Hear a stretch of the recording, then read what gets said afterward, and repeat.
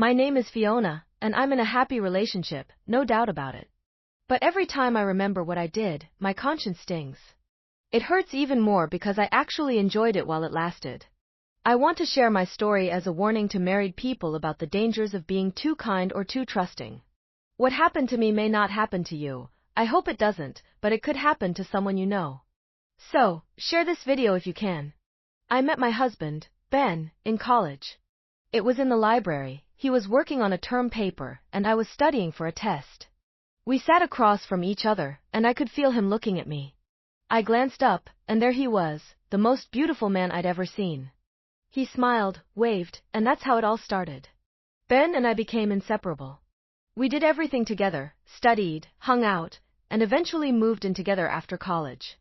Not long after, Ben proposed, and we got married in Paris, the city of love. It was perfect. Everything about Ben seemed perfect, too, his laugh, his looks, his intelligence, and especially his ability to satisfy me in ways that still make me smile when I think back. On our wedding night, we just held each other and slept, but at 3 a.m., Ben woke me with a kiss on the neck.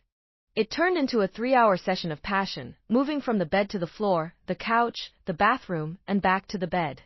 We spent the whole day in the hotel room, ordering food and making love. I had married the man of my dreams, and I truly believed nothing could ever come between us. But I was wrong. Life can surprise you in the worst ways. After we got married, life was good. Ben and I built our careers together, supported each other, and still found time for each other despite our busy schedules. We took vacations to dream destinations like South Africa and Italy, and I genuinely believed our love was strong enough to withstand anything. But things started to shift when Ben's cousin, Philip, came back into the picture.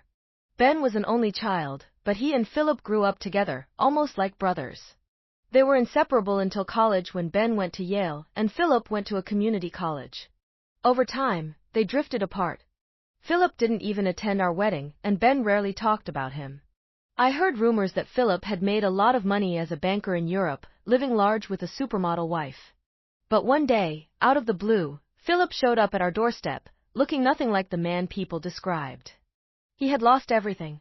His wife had left him, taking most of his fortune with her. To make matters worse, he gambled away what little he had left. Now he was broke, homeless, and standing on our porch with nothing but a bag and a grin that gave me a bad feeling. Ben was irritated at first, but the bond they used to have overpowered his anger. Before I knew it, they were hugging, and Philip was in our house, telling his sad story. Ben, without even consulting me, offered Philip a place to stay. I was furious. For the first time in our marriage, I made Ben sleep on the couch. But it didn't matter. Ben had already made up his mind, and Philip was moving in. From the start, Philip was trouble. I could tell by the way he looked at me, like he wanted something more. He was too touchy, holding my hand a little too long when we were introduced, and there was always a glint in his eye that made me uncomfortable. I told Ben, but he brushed it off, saying I was just imagining things. Philip staying with us changed everything. Ben started going out with him, coming home late, and often drunk. Our dinners, date nights, and quiet moments disappeared. Slowly, I felt like I was losing Ben. He was there, but he wasn't really present anymore. I was left alone in the house, and Philip, sensing the distance between us, started to make his move.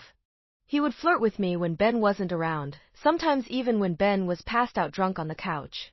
At first, I resisted. I told him to stop. I even threatened to scream if he ever touched me. But Philip was persistent. He knew Ben and I were drifting apart, and he kept pushing, waiting for me to break. And one day, I did. It happened when I was home alone, cleaning the living room. I had music playing, an Usher song, Good Kisser. I was just swaying to the beat, feeling the rhythm, when suddenly, I felt strong hands on my waist. I turned around, and there was Philip, standing too close, that same smirk on his face. I didn't pull away. His touch was firm, and despite everything, it felt good. Before I knew it, his lips were on mine. His kiss was both soft and rough at the same time, and I was lost in it. I don't know how long it lasted, but the sound of Ben's car pulling into the driveway snapped me out of it. I pulled away and ran upstairs, shaking. I knew what had just happened was wrong, but in that moment, it felt like I couldn't stop it. Philip had gotten what he wanted. He had cracked the door open. And even though nothing else happened that day, I knew it wouldn't be the last time. After that, I tried to avoid being alone with Philip. But the more I stayed away, the more Ben seemed to drift, and the more Philip tried to close the gap. And then came the day I had been dreading. Ben left town for a business trip, leaving me alone with Philip for the whole weekend. I was terrified, but also excited in a way I couldn't explain. At first, Philip acted like nothing was going to happen. He kept his distance, which strangely made me want him more. I hated that feeling, but I couldn't deny it. And that night, just as I was getting ready for bed, he knocked on my door. I should have ignored it. I should have pretended to be asleep. But instead, I opened the door. Philip stood there, shirtless, holding a bottle of red wine and 2 glasses. He didn't wait for me to invite him in, he just walked in like he owned the place. I knew what was coming, and I didn't stop it. We drank the wine in silence, the tension thick in the air. I could feel my pulse racing, my heart pounding as I handed him my empty glass. And then it happened. He pulled me close and whispered, "Where did we leave off?" I couldn't resist him anymore. We started kissing, and everything I had been trying to avoid came crashing down. His hands, his lips, they took over. We moved from the bed to the floor, to the walls, and back again. He was relentless, giving me more than I ever thought possible. I wish I could say it ended there, but it didn't. That night wasn't the last time. After that, I found myself drawn to Philip, no matter how hard I tried to stay away. And as I got closer to him, I drifted farther from Ben. I thought I could hide it, keep it a secret, but the worst happened. I got pregnant. The news of my pregnancy hit Ben like a wave of joy. He was over the moon, imagining our future as parents. He became more attentive, started coming home early, and was completely devoted to me and the baby. It was the wake-up call our marriage seemed to need. Ben seemed to turn back into the man I had fallen in love with, the one I thought I had lost. But the truth was, I knew the baby wasn't his. And so did Philip. Philip didn't say anything outright, but he knew. We both knew. Yet we kept quiet. As my belly grew, so did my guilt. I couldn't shake the feeling that I was living a lie, a double life that was bound to crash down at any moment. After almost a year of living with us, Philip finally moved out. I think Ben and Philip had a fight, though Ben never talked about it. They stopped speaking again, and I breathed a small sigh of relief, thinking maybe things could go back to normal. Ben was now fully focused on me and our soon-to-be daughter, and it seemed like we were finally putting our marriage back together. Our daughter was born, and she was beautiful. She brought a light back into our lives that had been missing for so long. But as she grew, it became clear, she looked just like Philip.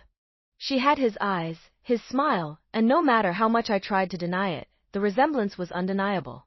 Still, Ben never said a word. He doted on her, completely in love with our little girl, never once questioning if she was his. I thought maybe, just maybe, we had escaped the truth. For 3 years, we lived in peace. Ben and I found our rhythm again, raising our daughter and building a life that, on the outside, seemed perfect. But deep down, I was always on edge, waiting for the past to catch up with me. And then it did. Philip came back.